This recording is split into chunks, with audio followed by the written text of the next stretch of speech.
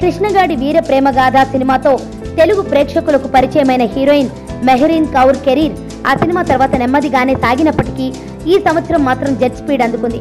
ఒకదాని వెంట ఒకటిగా ఆమెకు వరుస ఆఫర్లు వస్తున్నాయి.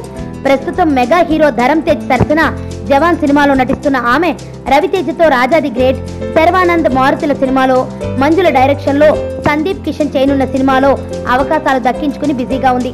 అంత బిజీలో ఉన్న ఆమెకు star hero young tiger NTR project చేతిలోకి వచ్చిందనే గుసగుసలు వినిపిస్తున్నాయి.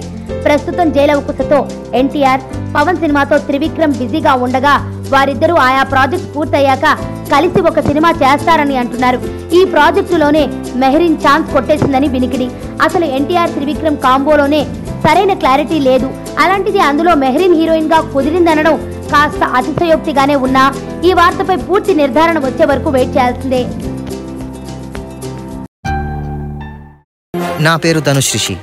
అందరూ ముద్దుగా దరి దరి అని పిలుస్తుంటారు. దేవుడికి నా పైన ఉన్న క్లారిటీ, నా బ్యాడ్ లక్ ఉన్న గ్రావిటీ నాకు చిన్నప్పుడే అర్థమైంది.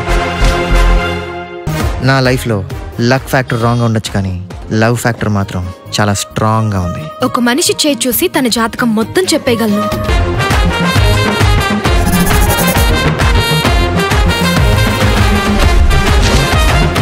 Coming soon.